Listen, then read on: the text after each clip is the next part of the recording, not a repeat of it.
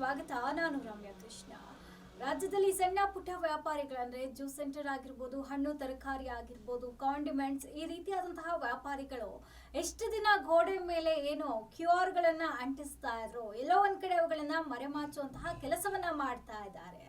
ಇದರಿಂದ ಗ್ರಾಹಕರು ಕೂಡ ಒಂಥರ ಹಿಂಜರಿತಾ ಇರುವಂತಹ, ಅಂದ್ರೆ ಅಂಗಡಿಗಳಿಗೆ ಹೋಗೋದಕ್ಕೆ ಕೆಲವೊಂದ್ ಕಡೆ ಹಿಂಜರಿಕೆ ಪಡೆಯುವಂತಹ ಕೆಲಸ ಆಗ್ತಾ ಇದೆ. ಯಾಕೆ ಇಬ್ರು ಈ ರೀತಿ ವರ್ತಿಸ್ತಾ ಇದ್ದಾರೆ ಅಂತಂದ್ರೆ, ಸಣ್ಣ ಪುಟ್ಟ ವ್ಯಾಪಾರಿಗಳಿಗೆ ಇಷ್ಟು ವರ್ಷದಿಂದ ಏನಿರ್ಲಿಲ್ಲ, ಅಂದ್ರೆ 2-3 ವರ್ಷದಿಂದ ಏನಿರ್ಲಿಲ್ಲ, ಇದ್ದಕ್ಕಿದ್ದಂತೆ ತೆರಿಗೆ ಇಲಾಖೆಯಿಂದ ನೋಟಿಸ್ ಅನ್ನ ಜಾರಿ ಮಾಡಲಾಗ್ತಾ ಇದೆ. ನೀವು GST ನ ಪಾವತಿ ಮಾಡಬೇಕು ಅಂತ ಹೇಳಿ ನೋಟಿಸ್ ಅನ್ನ ಜಾರಿ ಮಾಡ್ತಾ ಇರುವಂತದ್ದು.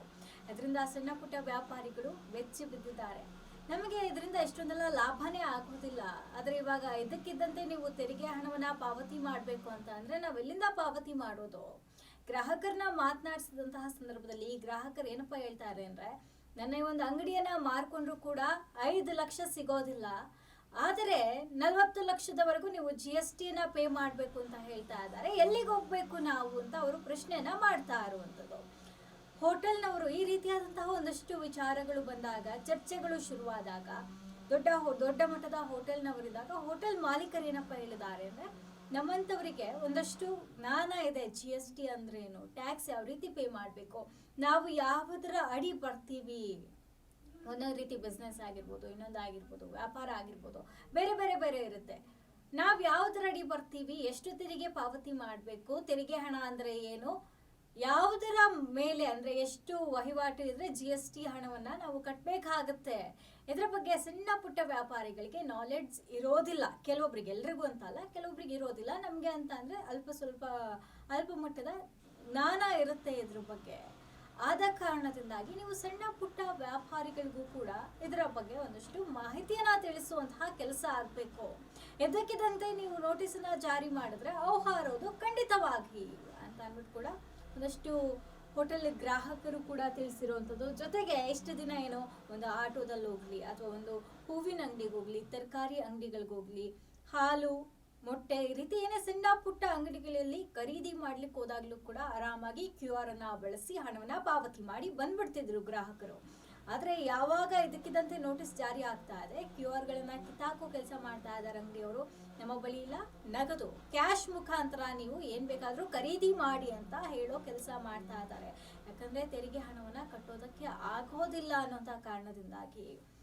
ಇನ್ನು ಕೆಲವೊಂದಷ್ಟು ಜನಕ್ಕೆ ಜ್ಞಾನ ಇದ್ರೂ ಕೂಡ ಅವ್ರು ಯಾವ ರೀತಿಯಾದಂತಹ ಬಿಸ್ನೆಸ್ ಅನ್ನ ಮಾಡ್ತಾ ಇದ್ದಾರೆ, ಯಾವ ರೀತಿಯಾದಂತಹ ವ್ಯಾಪಾರ ಮಾಡ್ತಾ ಇದ್ದಾರೆ, ನಾವು ಯಾವ್ದ್ರ ಅಡಿ ಬರ್ತೀವಿ, ಎಷ್ಟು GST ನ ಪಾವತಿ ಮಾಡ್ಬೇಕಾಗುತ್ತೆ ಎಲ್ಲ ಗೊತ್ತಿದ್ರು ಕೂಡ ಗೊತ್ತಿಲ್ಲದಂತೆ ವರ್ತಿಸ್ತಾ ಇದ್ದಾರೆ.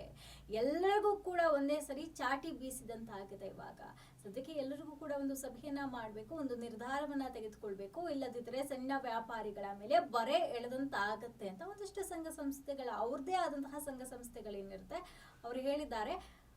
ಏನಾದ್ರೂ ಈ ಒಂದು ಆನ್ಲೈನ್ ಮುಖಾಂತರ ಪೇಮೆಂಟ್ ಮಾಡೋದು ಜಾಸ್ತಿ ಹೆಚ್ಚಾಗಿದ್ದು ಕೋವಿಡ್ ಟೈಮ್ನಲ್ಲಿ. ಆಗಿಂದ ಒಂದಲ್ಲ ಒಂದು ಹೊಡೆತಗಳು ಬೀಳ್ತಾನೆ ಬಂದಿದೆ. ಇದೇ ರೀತಿ ಮುಂದುವರೆದ್ರೆ ಖಂಡಿತವಾಗ್ಲೂ ನಮ್ಮ ಜೀವನವನ್ನ ಮಾಡೋದಕ್ಕೆ ಕಷ್ಟ ಆಗುತ್ತೆ ಅಂತ ಹೇಳಿದ್ದಾರೆ. ಅಕಸ್ಮಾತ್ ಏನಾದ್ರೂ ಆನ್ಲೈನ್ UPI ಅಂತ ಏನ್ ಹೇಳ್ತೀವಿ, ಪೇಮೆಂಟ್ ಬಿಟ್ಟು ನಗದಲ್ಲೇ ನೀವು ಅಂದ್ರೆ ಕ್ಯಾಶ್ ಮುಖಾಂತರ ಮಾತ್ರ ನೀವು ಪೇಮೆಂಟ್ ಅನ್ನ ಮಾಡೋದಕ್ಕಾಗಲ್ಲ, ನಗದು ಮುಖಾಂತರವೇ ಪೇಮೆಂಟ್ ಅನ್ನ ಮಾಡ್ಬೇಕು ಅಂತ ಹೇಳಿದ್ರೆ ಎಲ್ಲ ಒಂದ್ ಕಡೆ ಕಷ್ಟ ಆಗುತ್ತೆ. ಯಾಕಂತ ಅಂದ್ರೆ ಜನಗಳಿವಾಗ ಎಲ್ಲವೂ ಕೂಡ ಡಿಜಿಟಲ್ ಯುಗದಲ್ಲಿ ಬದುಕ್ತಾ ಇದ್ದಾರೆ. ಆದ ಕಾರಣದಿಂದ ಇಬ್ಬರಿಗೂ ಕೂಡ ಹೊಡ್ತಾ ಆಗುತ್ತೆ. ಇದು ಯಾವ ಹಂತಕ್ಕೆ ಹೋಗಿ ತಲುಪುತ್ತೋ ಕಾದ್ ನೋಡ್ಬೇಕಾಗಿದೆ. ಮುಂದಿನ ಸುದ್ದಿ ಕಡೆ ನೋಡೋದಾದ್ರೆ, ರಾಜ್ಯದ ಅತಿ ಉದ್ದದ ತೂಗು ಸೇತುವೆ ಹಾಗೂ ದೇಶದ 2ನೇ ಅತಿ ಉದ್ದದ ತೂಗು ಸೇತುವೆ ಅಂತಾನೆ ಹೇಳ್ಬೋದು, ಸಿಗಂದೂರು ನಲ್ಲಿ ಏನು ಕೇಬಲ್ ಸೇತುವೆ ಒಂದಷ್ಟು ಕಾಮಗಾರಿ ನಡೀತಾ ಇತ್ತು, ಅದು ಈ ದಿನ ಉದ್ಘಾಟನೆ ನೆರವೇರಲಿದೆ. ಈ ಒಂದು ಉದ್ಘಾಟನೆಯನ್ನ ಕೇಂದ್ರ ಸಚಿವ ನಿತಿನ್ ಗಡ್ಕರಿ ಅವರು ಲೋಕಾರ್ಪಣೆಯನ್ನ ಮಾಡಲಿದ್ದಾರೆ ಇವತ್ತು. ಈ ಒಂದು ಕಾರ್ಯಕ್ರಮಕ್ಕೆ CM ಸಿದ್ದರಾಮಯ್ಯ ಅವರು ಕೂಡ ಬರ್ತಾರೆ ಅಂತ ಹೇಳಿ ಒಂದಷ್ಟು ಅವ್ರದೇ ಆದಂತಹ ಏನು ಪತ್ರಿಕೆಗಳಿರುತ್ತೆ, ಅಂದ್ರೆ ಇನಾಗ್ರೇಷನ್ ಇದರಲ್ಲಿ ಹಾಕ್ಸಿರ್ತಾರೆ ಹೆಸರು. ಆದ್ರೆ ಸಿದ್ದರಾಮಯ್ಯ ಅವರು ಹೇಳೋದೇನಪ್ಪಾ ಅಂದ್ರೆ, ನನ್ಗೆ ಈ ಒಂದು ವಿಚಾರನೇ ಗೊತ್ತಿಲ್ಲ, ಈ ದಿನ ಲೋಕಾರ್ಪಣೆ ಆಗುತ್ತೆ ಅಂತ ಹೇಳಿ, ನಾನು ಬೇರೆ ಕಾರ್ಯಕ್ರಮಗಳನ್ನ ಇಟ್ಕೊಂಡಿದೀವಿ, ದಯವಿಟ್ಟು ನೀವು ಈ ಕಾರ್ಯಕ್ರಮವನ್ನ ಮುಂದೂಡಬೇಕು ಅಂತ ಹೇಳಿ ಸಚಿವರಿಗೆ ಏನೋ ಪತ್ರವನ್ನ ಬರ್ದಿದ್ರಂತೆ. ಆದ್ರೆ ಅದೆಲ್ಲವನ್ನ ಬಿಟ್ಟು ಈ ದಿನ ಆ ಒಂದು ತೂಗು ಸೇತುವೆ ಏನಿದೆ, ಕೇಬಲ್ ಸೇತುವೆ, ರಾಜ್ಯದ ಅತಿ ಉದ್ದದ ತೂಗು ಸೇತುವೆ ಈ ದಿನ ಲೋಕಾರ್ಪಣೆಗೊಳ್ತಾ ಇರುವಂತದ್ದು. ಸಿಗಂದೂರಿನಲ್ಲಿ ಈ ಮುಂಚೆ ಎಲ್ರಿಗೂ ಕೂಡ ಗೊತ್ತಿರೋ ಹಾಗೆ ಲಾಂಚ್ ನಲ್ಲಿ ಪ್ರಯಾಣವನ್ನ ಮಾಡ್ತಾ ಇದ್ರು ದೇವಸ್ಥಾನಕ್ಕೆ ಹೋಗುವಾಗ.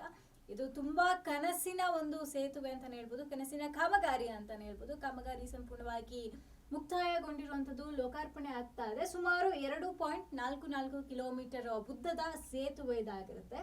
ಹಾಗೂ ಅತಿ ಉದ್ದದ ಒಳನಾಡು ತೂಗು ಸೇತುವೆ ಇದಾಗಿದ್ದು, ಸೇತುವೆ ನಿರ್ಮಾಣಕ್ಕೆ ಸುಮಾರು 473 ಕೋಟಿ ವೆಚ್ಚ ಆಗಿದೆ ಅನ್ನುವಂತಹ ಮಾಹಿತಿ ಕೂಡ ಲಭ್ಯವಾಗಿರುವಂತದ್ದು. ಸಾಗರದಿಂದ ತುಮರಿ, ಅಲ್ಲಿಂದ ಸಿಗಂದೂರಿಗೆ ಪ್ರಯಾಣವನ್ನ ಬೆಳೆಸಬಹುದು ಈ ಒಂದು ಮುಖಾಂತರ. ಶಿವಮೊಗ್ಗ ಜಿಲ್ಲೆ ಸಾಗರ ತಾಲೂಕಿನ ಶರಾವತಿ ಹಿನ್ನೀರಿನಲ್ಲಿ ಅಂಬರಗೋಡು ಕಳಸವಳ್ಳಿ ನಡುವೆ ನಿರ್ಮಾಣ ಮಾಡಲಾಗಿದೆ ಈ ಒಂದು ಸೇತುವೆ. ಈ ಒಂದು ಸೇತುವೆಯನ್ನ ಸಚಿವರು ಕೂಡ ಲೋಕಾರ್ಪಣೆ ಮಾಡ್ತಾ ಇರುವಂತದ್ದು. ಜೊತೆಗೆ ರಾಜಕೀಯ ನಾಯಕರು ಹಾಗೂ ಅಲ್ಲಿನ ಒಂದಷ್ಟು ಏನೆಲ್ಲ ಪ್ರಮುಖರೇನಿರ್ತಾರೆ ಅವರೆಲ್ಲರೂ ಕೂಡ ಭಾಗಿಯಾಗಲಿದ್ದಾರೆ ಅನ್ನೋಂತಹ ಮಾಹಿತಿ ಇದೆ. ಇದಿಷ್ಟು ಇವತ್ತಿನ ಅಪ್ಡೇಟ್ಸ್. ಮತ್ತಷ್ಟು ಅಪ್ಡೇಟ್ಸ್ಗಾಗಿ ನೋಡ್ತಾ ಇರಿ ಮಂಡು ನ್ಯೂಸ್ ನೆಟ್ವರ್ಕ್ ನ ಫಾಲೋ ಮಾಡಿ ಹಾಗೂ ಸಬ್ಸ್ಕ್ರೈಬ್ ಮಾಡಿ.